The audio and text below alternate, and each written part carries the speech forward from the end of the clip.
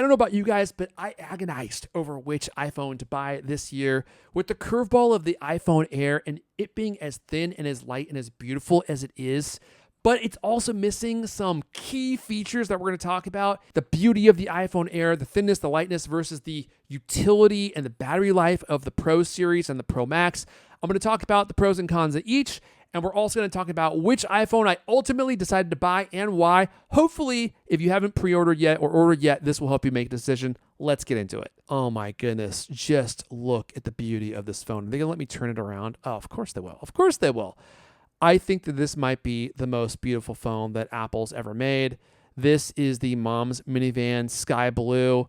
I really loved this color. I also loved the gold color. I'm not usually like a gold phone guy, but I think that the subtleness of like this color and the blue, unlike the freaking orange, which I can't believe some of you all are even considering for the Pro phone. I think it's so hideous.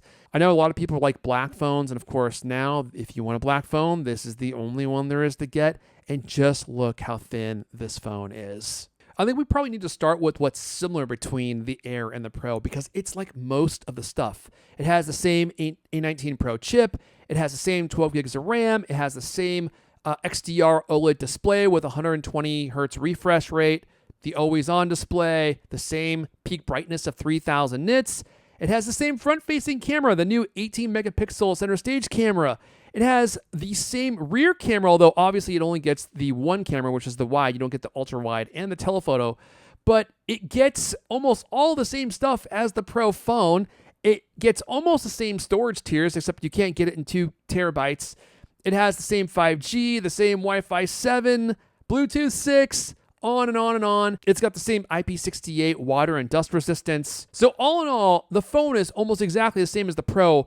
It's not like the features it does have, it's different than the Pro. It's just that it's missing some of the stuff that the Pro phones have. Here's where we get into the deal breakers, my friends. These are things that I'm not sure I can live without, and you may not be able to live without them either. I use my phone as a podcast listening device and also a YouTube machine literally all the time. I have my phone in my back pocket so often. I'm constantly listening to stuff on my phone, which is 16 Pro, by the way, as of this moment. The iPhone Air only has the one speaker, and it's the earpiece at the top of the phone. That is a major omission. I mean, the 16 Pro has the speaker in the bottom as well, so when I have the phone just kind of sitting in my pocket, the speaker is blasting upwards and I can hear it. I'm really curious to see how this affects people's ability to just like hear what's happening on the phone, especially if you're not like, using it for phone calls and you're using it for YouTube videos and that type of thing. You're going to notice, I think, a huge reduction in volume. And I think volume on the iPhones is already a problem. So I think this is a big one. Now, I don't think the second one's going to be a big deal, but they moved the dynamic island. They made it slightly lower. I don't think anyone's going to care about that. But here's one that you might not like. This won't be a problem for me, but the 17 Pro models support USB 3.2 Gen 2 speeds for data transfers. That's up to 10 gigabytes per second, 10 gigabits per second. The iPhone Air is basically limited. Not basically, it is limited to USB 2 speeds of 480 megabits per second. So you are literally never going to use a cable to get data on and off this device. It's going to be wireless only. Here's another small but very practical detail. That is the iPhone Air has slower charging speeds. Not by a lot, but it is slower because it has the glass back, which I guess doesn't conduct the charging as efficiently. So the iPhone Air can be charged to 50% in approximately 30 minutes. The iPhone 17 Pro can get to 50% in 20 minutes. Now, I can't tell you how many times I have been trying to charge my phone quickly before I have to go do something. So that extra juice might actually make a difference in your life in a practical fashion. Another, I would say, maybe not super important detail, but one that I think you may notice if you game on your phone. If you're one of those people, I don't know that I've met one of those people yet, but if you're one of them, the iPhone 17 Pro models have an extra core in the GPU. In the iPhone Air, it gets a 5-core GPU, even though they're both using the A19 Pro chip, so they must be getting the binned chip in the iPhone Air. And in the Pro, you get the 6-core GPU. That may manifest as choppier animations when you're just using your phone. You may notice it in gameplay. You may not notice it at all. I think probably one of the reasons they did this is because on the iPhone Air, it is going to have overheating problems. I all but guarantee you that's going to be the truth. I think one of the reasons that Apple is moving back to aluminum is because of the overheating problems with the titanium phones. This is something that I experienced on my 16 Pro a lot, even when I was not using it. If it were sitting in a situation where it got hit with the sun at all, I would go to plug it in to charge it, and I would get a notification that the battery couldn't be charged because the phone was too hot, even if I wasn't using it. This happened in my car all the time because I have one of those phone mounting systems that puts the phone like in a holder in the dashboard, but like when the sun came through the actual windshield, it would heat up the phone, and I constantly couldn't charge it. I think this is going to be a problem with the iPhone Air, especially if you get the dark colored model.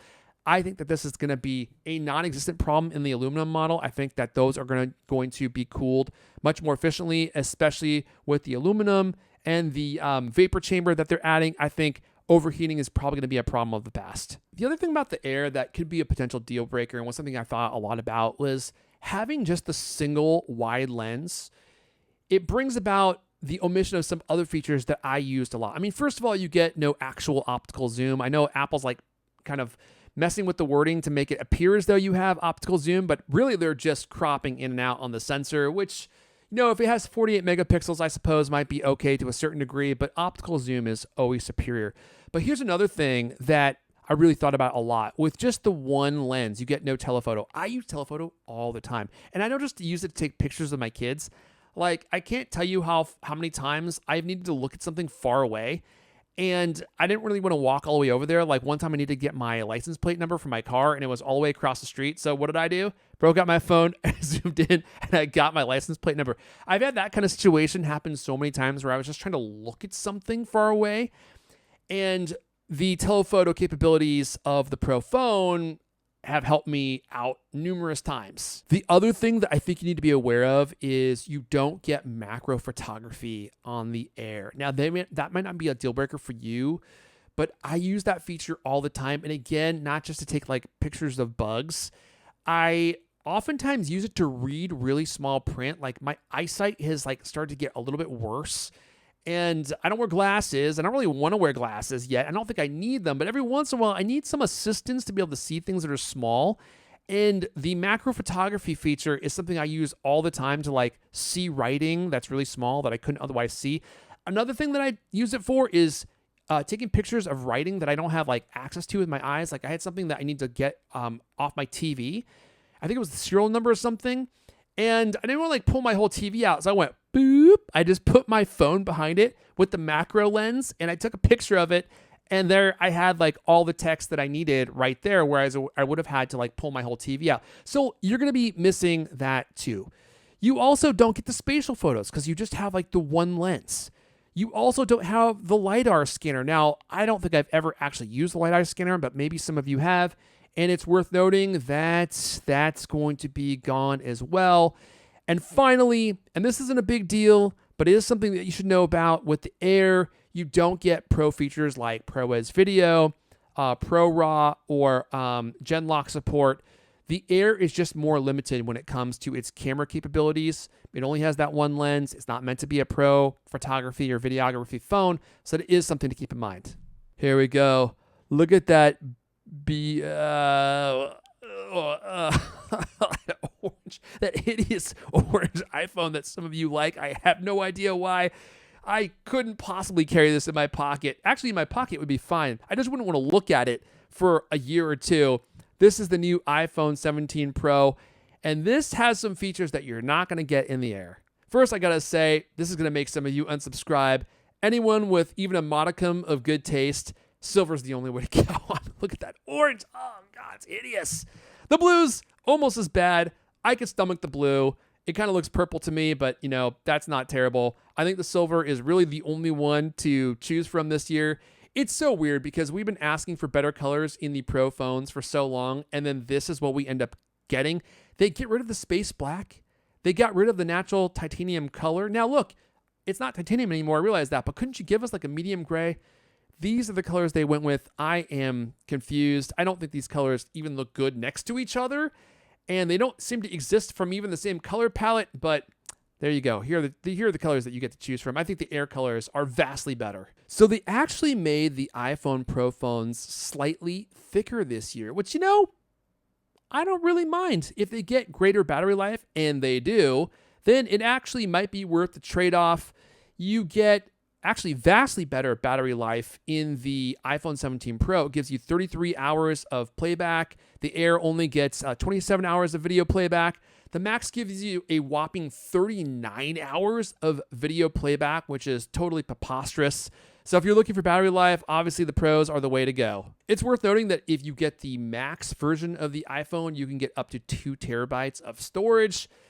I guess if you're using your phone for making video, you might need that. I think that's like major overkill. I think 256 is actually probably fine for like 98% of people. Just my opinion, but the 2 terabytes is available for the Max and the Max only. You know what I love about the Pro phones this year is the Pro and the Max are basically the same. And I kind of like that they did this across the line of iPhones in that they didn't really nerf the features between the phones. You either got the feature or you didn't. It was kind of binary instead of you got the feature, but like it's not as good.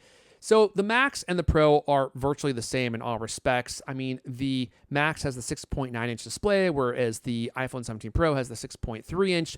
But you get the exact same cameras across the board, front and back. You get the same 18-megapixel front-facing camera. You get the exact same cameras on the back with the ultra-wide and the wide and the telephoto, and they're all 48 megapixels. So you get the same photo quality across the board, which I really like. So really the only decision that you have to make is the larger size of the Max worth the larger screen and the extra battery life?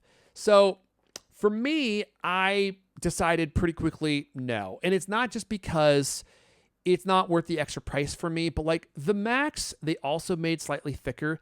It is a heavy phone. I have used the Max in the past, and as much as I love the actual display, I think the trade-off for having the extra weight in your pocket really for me is kind of not worth it. So the decision for me was, do I get the Pro phone? Do I get the Air phone? And it was an absolutely agonizing decision. So I teased it out to the very end. I wasn't even trying to do this. This will probably be in the comments. Someone will probably just hear the end of this and put it in the comments. Which phone did I get? Well, like I said, it was an almost impossible decision. The beauty of the Air, Apple's newest creation, the better looking phone versus the utility of the iPhone 17 Pro. So what did I do? My friends, there was only one decision to make. I got both. Yes, it's true. I pre-ordered the Air in Mom's minivan blue because that soft sky blue color, it just sung to me. Oh my goodness, I think it's going to be even better in person. I also got the silver 17 Pro, and I am going to use them and probably enjoy them both and make my decision maybe at another time because I just couldn't decide, and part of me wants to just kind of interchange the phones back and forth. I think that would be financially reckless to do, so probably won't do that. But if I had to choose, if you made me choose one and I can only have one, I would have gone with the Pro because ultimately the overheating, the better cameras being able to zoom way in, and the macro and the speaker in the bottom of the phone, I think those are going to be deal breakers for me. But I'm going to see if the thinness, the lightness, and the beauty of the Air can win me over. That's what I chose. I'll be doing reviews on both phones. I also got the AirPods Pro 3, so more music reviews coming up. I also got the Apple Watch Ultra 3 with the Milanese loop and some extra bands. Yes, I spent way too much money, but it's been a while since I've upgraded anything, and I wanted to have some stuff I could review on the channel.